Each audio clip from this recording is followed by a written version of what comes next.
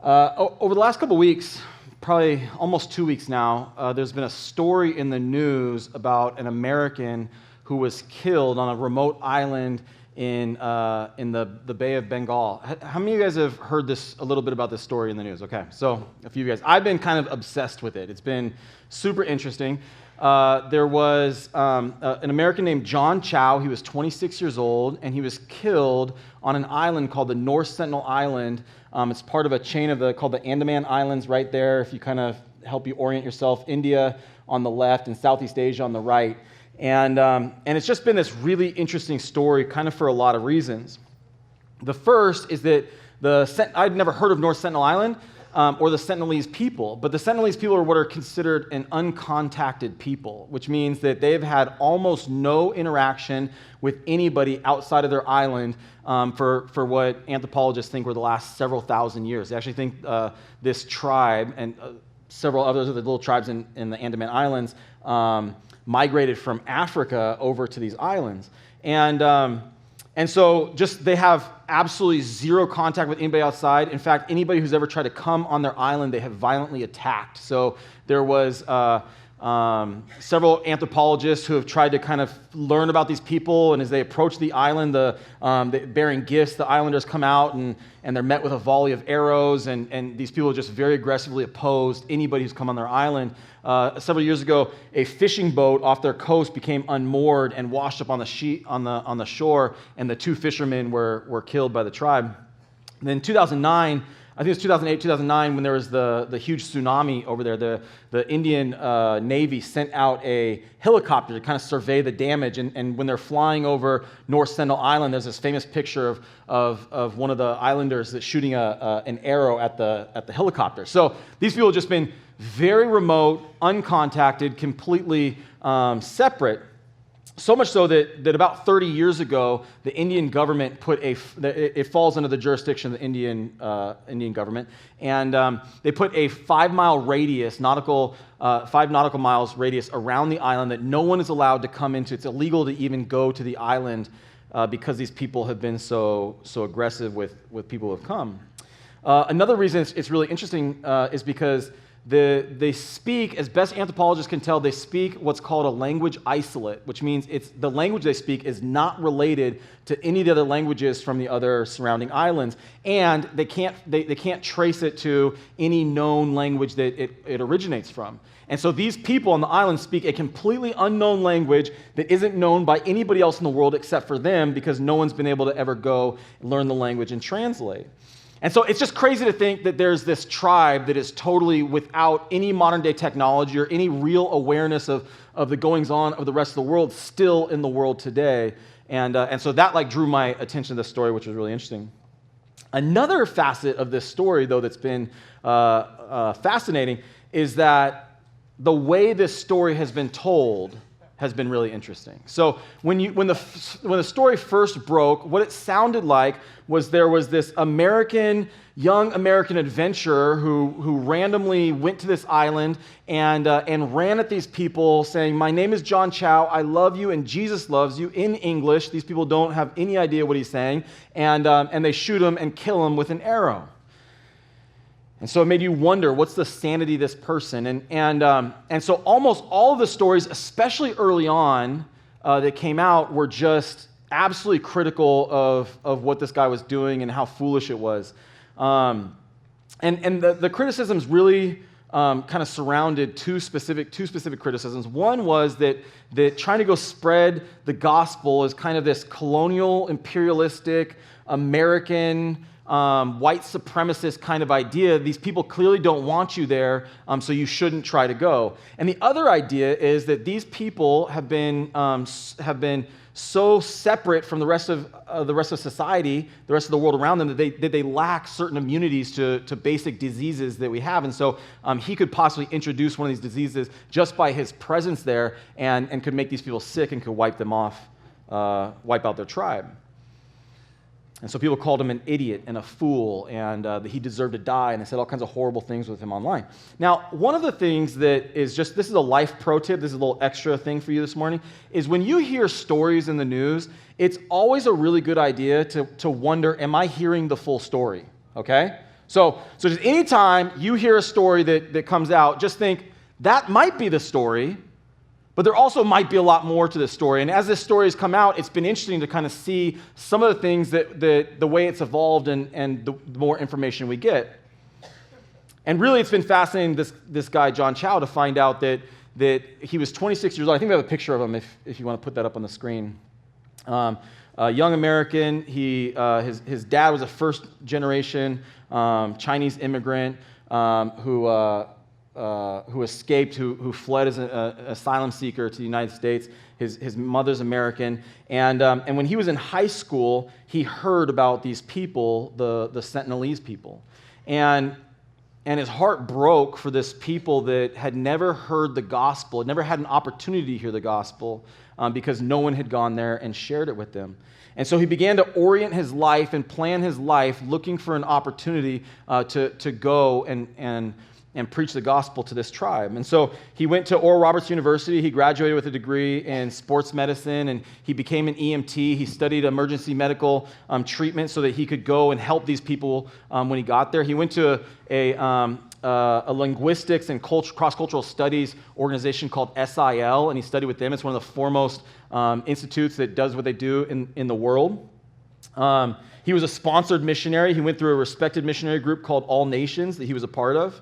And he went to a training school with them to learn about contacting previously uncontacted tribes. He had previously traveled to the Andaman Islands 3 times in 2015 and 2016 to study the culture and begin to try to figure out what it might be like on this island. Before going to the island, he got 13 different immunizations, and he quarantined himself for almost 2 weeks to reduce the possibility of passing on any viruses to the tribe. In his personal life, he avoided any romantic relationships so that he knew that what he wanted to do was dangerous and it was long-term, and so he didn't want to have any kind of, ties to that could hurt people. And his plan is that if he was successful to contact this tribe and they received him, he wanted to live on the island for several years and learn these people's culture and learn the language to be able to share the gospel with them. And so it's a far cry from that first story that sounded like this guy went off half-cocked just kind of on this island as some kind of wingnut. And yet still, people's criticisms are still basically the same. What a fool. What an idiot. How selfish of him. For people that live in our context, it can be a little bit difficult to understand. We put a really high premium on safety and a really high premium on comfort, right? We have insurance for everything. We have health insurance, and then we have dental and eye insurance, which I don't know why dental and eye insurance is not health insurance. It seems like your teeth and your eyes are part of the body, but whatever.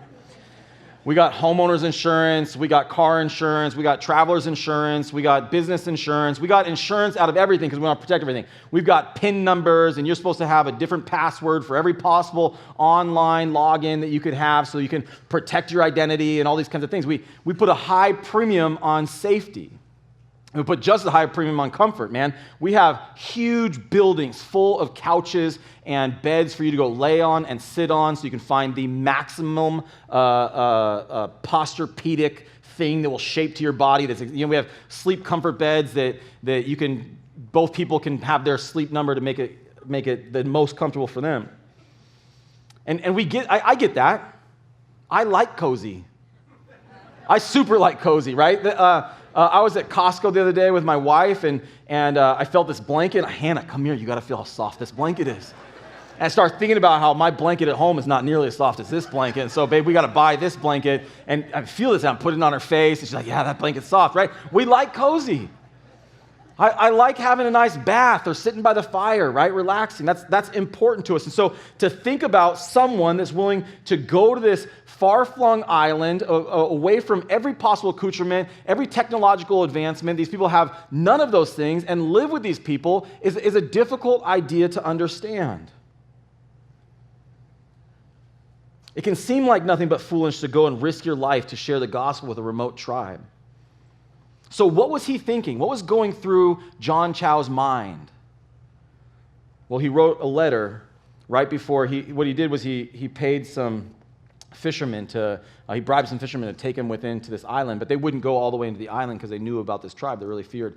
And so he went and he brought a kayak with him, and he took the kayak into shore. But right before he went in, he wrote this letter to his family. It says, Brian and Mary and Mom and Dad, you guys might think I'm crazy in all this, but I think it's worth it to declare Jesus to these people.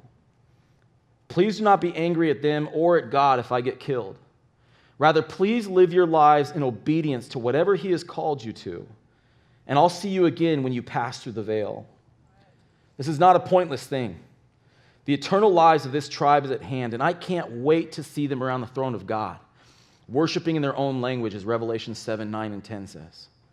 I love you all, and I pray that none of you love anything in this world more than Jesus Christ. Soli Deo Gloria, John. You know, it's clear that John Chau had a sense of calling, a sense of destiny, that God had called him to do this. You can tell because when he says to his family, he says, please live your lives in obedience to whatever he has called you to. Because this is what God has called me to, and I'm going to obey it. Being obedient to God's call is what drove him to make the choices he did. I think that's one of the most fascinating parts of the story, and maybe why I've been drawn to it, is this idea of his calling. That he would feel so strongly that God gave him a mission to preach the gospel to these people that he'd be willing to risk his life. He'd be willing to risk his future. He'd be willing to risk his comfort to radically obey the call of God in his life.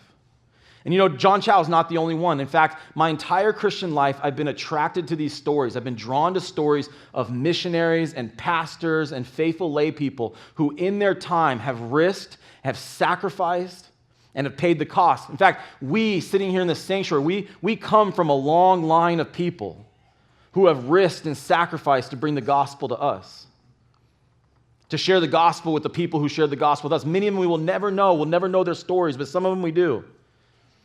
Men like Richard Wurmbrand, William Tyndale, and Dietrich Bonhoeffer, Thomas Baker, Nicholas Latimer, and Hugh Ridley. Men who were burned at the stake, who were hung, who were quartered and drawn. Men who left their families and left the safety of the love of their wives and the love of their children to go and faithfully proclaim the gospel to people. One of the comparisons that's come up this last week is the similarities between John Chau's story and Jim Elliot's story. Jim Elliot was an American missionary who was killed in Ecuador, trying to share the gospel with a tribe called the Huaorani tribe, and it's very similar to the Sentinelese people. They had been previously uncontacted, and anybody who tried to contact them had been met with violence. And Jim Elliot and four other missionaries have been training and studying and giving their lives to it. And they went and they contacted one of the village people, and they thought they had built a relationship. And on their next venture in, they were all met with a volley of spears, and they were killed. Their bodies washed down the river. And one of the interesting things that's been interesting to follow is the way these two stories have been told differently. Between 1957 and now today, 2018. In 1957, when the story of Jim Elliot's martyrdom hit the American press, he was on the cover of Time magazine and People magazine. He was venerated and celebrated as a hero and a faithful man who was doing a good thing. Yet 2018, John Chau was looked at as like a fool, as stupid, as careless. Jim Elliot's story is interesting because of how similar it is, but before he died, he wrote this: "Rest in this. It is God's business to lead, command, impel, send, or call, whatever it is you want to call it. It is your business to obey, follow, move, respond, or what have you." It's clear that for Jim Elliot, he felt the calling of God too, and he knew the right response was to obey, was to follow, was to respond. You know, when someone is willing to give their life or sacrifice so much, it lends credibility to their message. It just purifies it. They were authentic. It simplifies things. These men had a calling on their life, and they were willing to go to great lengths to be faithful to that calling. I think the reason I like these stories is because I have a calling on my life. God's called me to shepherd his people. He's called me to proclaim the gospel. He's called me to love my wife, to raise my kids in the fear and admonition of the Lord. And so when I read about these other guys, it's inspirational for me because I see how faithful they were, even to the point of death, to the calling that God had on their life. And it inspires me to be faithful in my time.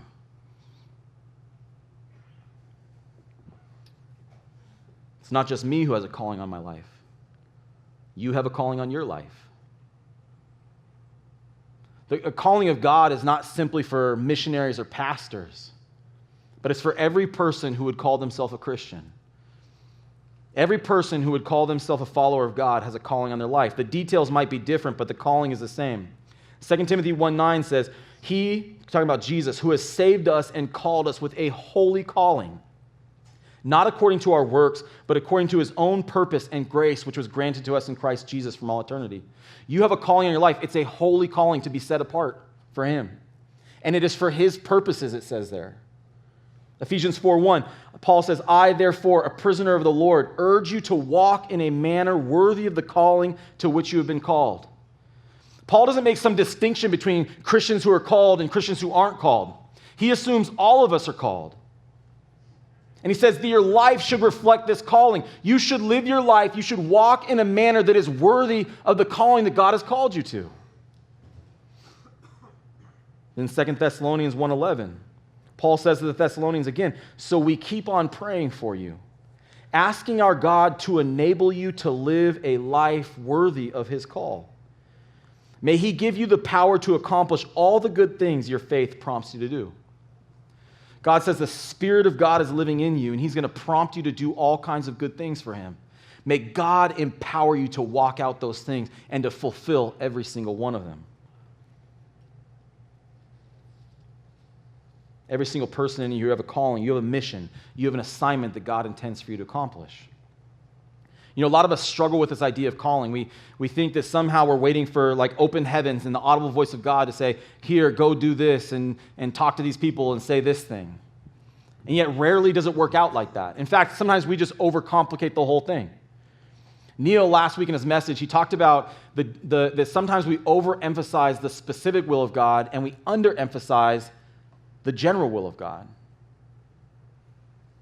Listen, the general calling of God is straightforward. God has called all Christians in all places to do many things, to worship him, to evangelize, to love their neighbor, to grow spiritually, to serve people, to serve him, to take dominion. On and on, the Bible is full of these things that God has called us to do. Your specific calling is largely just you walking out your general calling in your specific circumstances.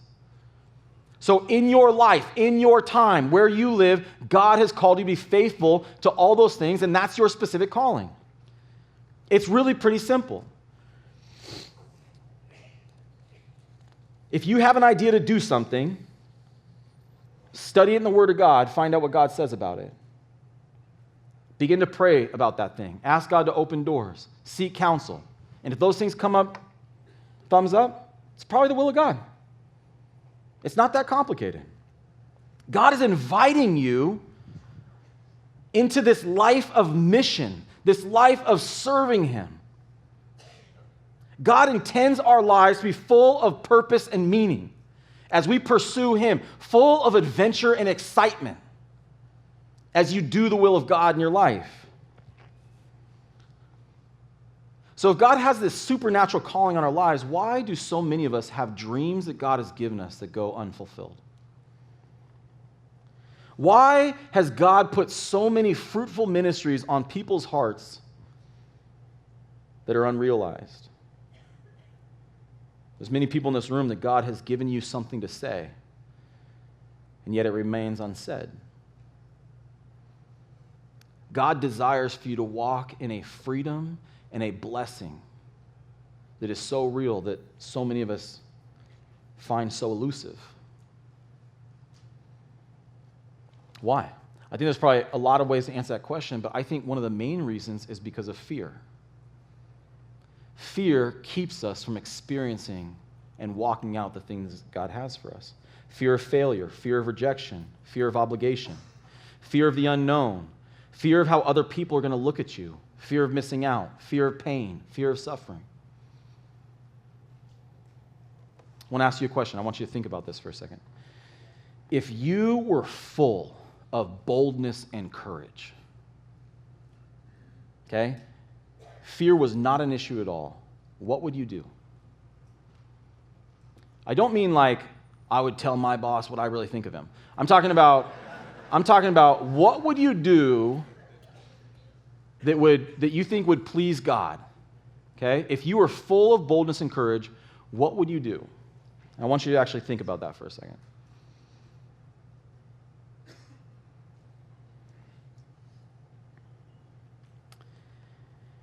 If what you thought of is anything other than what you are currently doing, that's a good indication of the effect that fear is having in your life. Fear will keep you from fulfilling God's calling on your life. Which brings me to my next point. Fulfilling of your calling requires courage. You know, courage, a lot of times we're expecting some kind of welling up of some emotional sense of fearlessness. That's not really what courage is. Courage, more often than not, is just a choice. Courage is a willingness to pay the price. When you go into a store and you see something that you want to buy, you look at the price tag and you think, would I rather have my money or would I rather have this thing? And if this thing is more valuable to you than your money, then you'll pay the price, right? It's a value judgment. We make them all the time. The courage in regards to your calling by God is the same thing. It's simply a question, what do I value more? Do I value obedience to God or do I value my safety and my comfort? Do I value more what God thinks about me than than what my family thinks about me or my friends think about me or what this world thinks about me? What is more important to me? You see, that's what's so deadly about fear. It keeps us from fulfilling the calling that God has destined you for, but courage propels you to accomplish your mission. Courage propels you to fulfill those things that God has called you to. Turn to Joshua chapter 1. Joshua chapter 1, starting in verse 1, it says this. Now it came to about after the death of Moses, the servant of the Lord, that the Lord spoke to Joshua, the son of Nun, Moses' servant, saying, Moses, my servant, is dead. Let me just give you the quick context of this story. God's people, the Israelites, had lived for over 400 years in slavery in Egypt. And God had raised up Moses to deliver them from Pharaoh, to lead them out of slavery and lead them into the promised land. And Moses did not do that. Moses did lead them out of slavery and led them to the door of the promised land, but when they got there, they were filled with fear because they wouldn't go in and take the land that God had promised them. God said, I have an exceedingly good land for you. This is your inheritance. This is what I promised your fathers, and now is the time for you to go in and inherit it. But they were afraid of the people that were there. They were afraid that God wouldn't deliver them. Isn't it interesting that fear kept them out of experiencing what God had for them? Fear kept them stuck there on the doorsteps to their promise. They could see it, but they couldn't experience it. That's true of so many people with their callings of God. Fear has them stuck. And so these people wandered in the desert for 40 years until every single one of the adults in that generation died. And Moses was the last of them to die. And now God is saying, I've raised up this next generation, and now Joshua, you are in charge. I want you now to do what Moses was unable to do and lead the people in the promised land. Look, that's a high calling. Moses, if you read the Bible, was a serious man of God. And so this is what God says to Joshua. Verse 2, Moses, my servant, is dead. Now, therefore, arise, cross this Jordan, you and all this people, to the land which I am giving to them, the sons of Israel. Every place on which the sole of your foot treads, I have given it to you, just as I spoke to Moses. From the wilderness and this Lebanon, even as far as the great river, the river Euphrates, all the land of the Hittites, and as far as the great sea towards the setting of the sun, will be your territory. No man will be able to stand before you all the days of your life. And now I want you to start listening if you haven't been paying attention.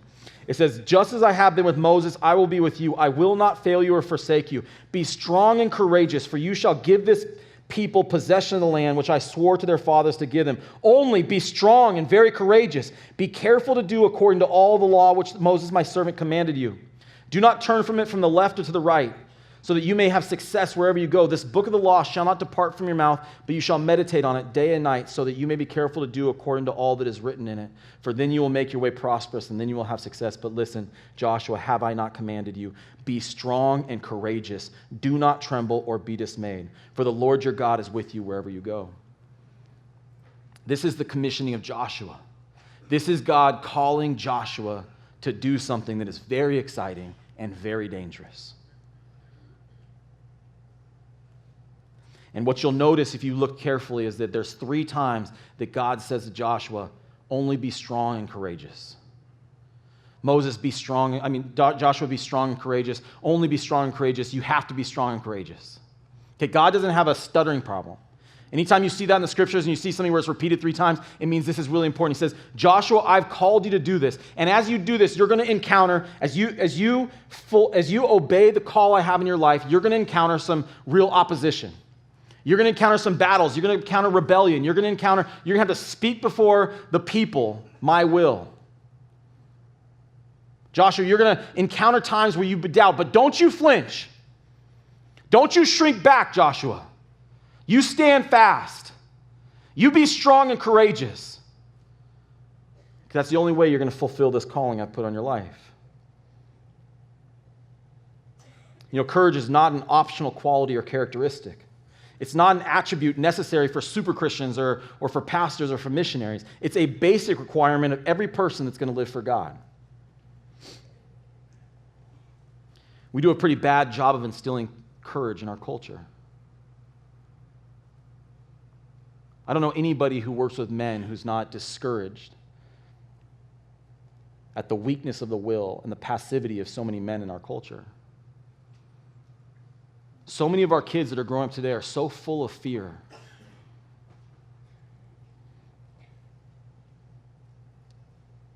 I tell my kids this bedtime story. I have 4 kids: Wilson, Claire, Whitfield, and Juniper. And I made up this story. It's kind of like an ongoing story about their 4 alter egos. So it's Wilsonio the Great, Clarita the Brave, Witoto the Courageous, and Juniper, Junie the Stout Heart. Okay, and it's this kind of, they're treasure hunters and they're brothers and sisters, and they go around all over the world kind of discovering sunken treasure and cities of gold and all this kind of stuff. And they encounter all these problems along the way. They encounter all kinds of dangerous things, pirates and ninjas and great white sharks and collapsing buildings and all this kind of stuff. And in the middle of these stories, it's just this ongoing story. I just make it up as I go. Every night I'm telling this story. And I'll say things like, and then Wilsonio the Great drew his sword and stepped between the dragon and his sister Clarita, you know? And they're like, yeah, like they are all in on this story. They are very excited about this story. And every night I leave it with this cliffhanger, right? Tomorrow night I'll tell you how they escaped the giant squid, something like that. And you guys remember cliffhangers, right? This is before Netflix, when you had to wait till next week to find out like who killed JR, right? And it's like this really like anticipating thing. Okay, well, I leave them with this cliffhanger, and then throughout the day, they're like, Dad, are you going to tell us tonight about chapter 5, about how they escaped the I'm like, yeah, I'm excited about it. And they're like very excited about this thing. And I'm not just telling this story because it's fun, but I'm telling this story because I want to engender courage in them. Okay? I don't want them to grow up and be treasure hunters and travel land. I know that they're going to grow up and they're going to encounter dangerous and scary things, and I want what to come to their mind is the virtue of courage. They're going to encounter things that are going to scare them, things that are going to be difficult, and they're going to encounter temptation. And I want them to have a story in their mind about the value and the importance of courage and strength, about bravery. The opposite of courage is cowardice. And we see the effects of it all over the place. We have skyrocketing rates of anxiety and depression. If you look at the last 100 years, the rates of depression and anxiety in our culture, it is something really bad is going on. As you meet with kids and talk with kids, you see that so many of them are full of fear.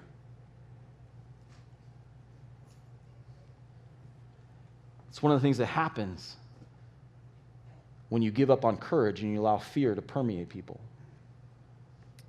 There's this great line in a short story by Ambrose Bierce. It's talking about an army that's at war against another army. It's just this short line. It says, the general roared, "Why have you halted? I ordered you to charge. Move forward, sir, at once." The commander said, "General, I am persuaded that any further display of valor by my troops will bring them into collision with the enemy."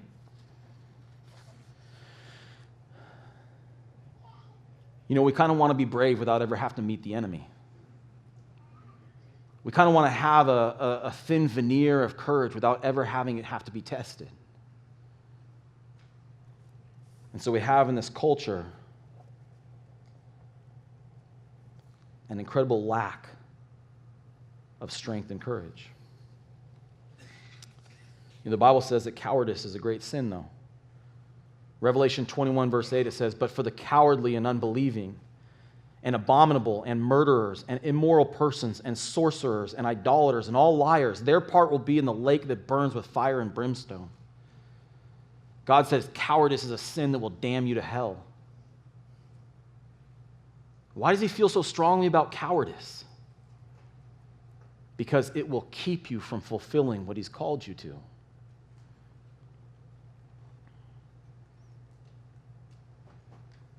So where do we get courage from? How do we stir up courage in our lives? Listen, courage is not based on your abilities. You should not be courageous because you are capable for the task that's at hand. That's not where the courage to fulfill your calling comes from. Let's look back at what it says in Joshua. Start again in verse 5 where I said that I wanted to start paying attention. Look what this call to be strong and courageous is bookended by. Verse 5. "Just as I have been with Moses, I will be with you." Say, "I will be with you. I will not fail you or forsake you." And then skip down to verse 9. "Have I not commanded you, Joshua, be strong and courageous? Do not tremble or be dismayed, for the Lord your God is with you wherever you go." Courage comes from God being with you.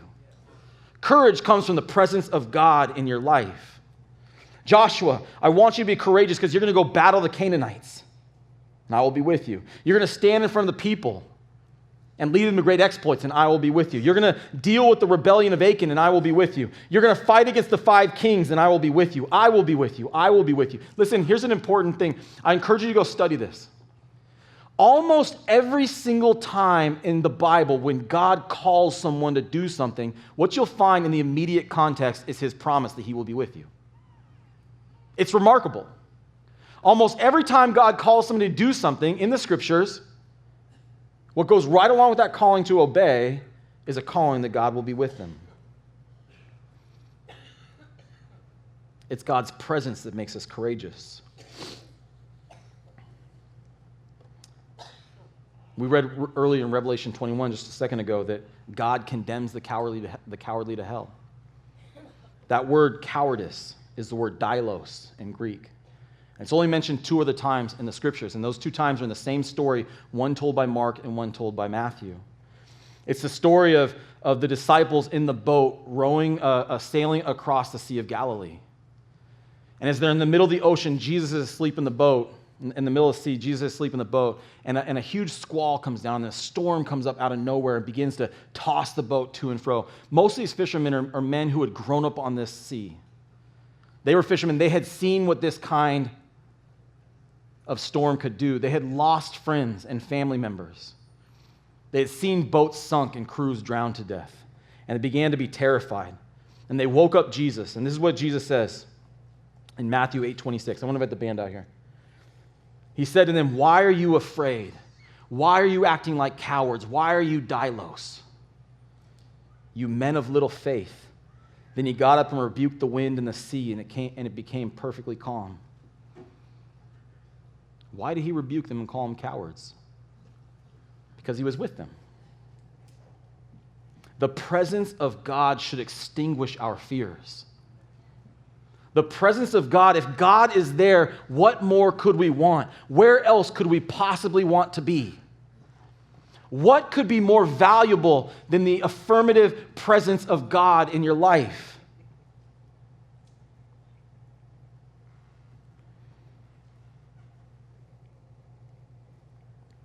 If God is for me, who could be against me? What could it possibly matter what could come against me in my life? I don't think everybody has the presence of God in their life.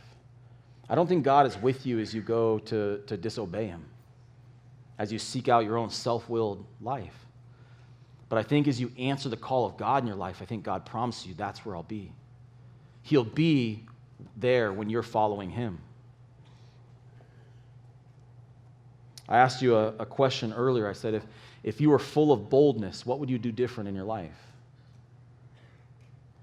For many of you, when I asked that question, something immediately came to your mind.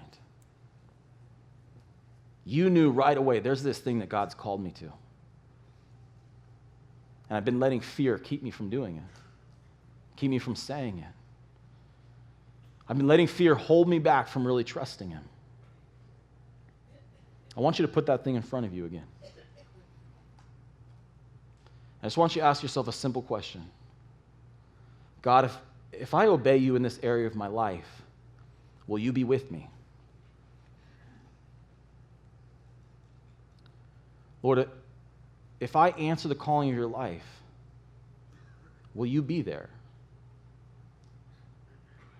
Not what could possibly happen or what could go wrong. Just, God, will you be there? This doesn't mean it's going to all work out exactly the best you could possibly imagine it. Exactly what you hope is going to happen is going to happen. That's not what John Chau was hoping was going to happen.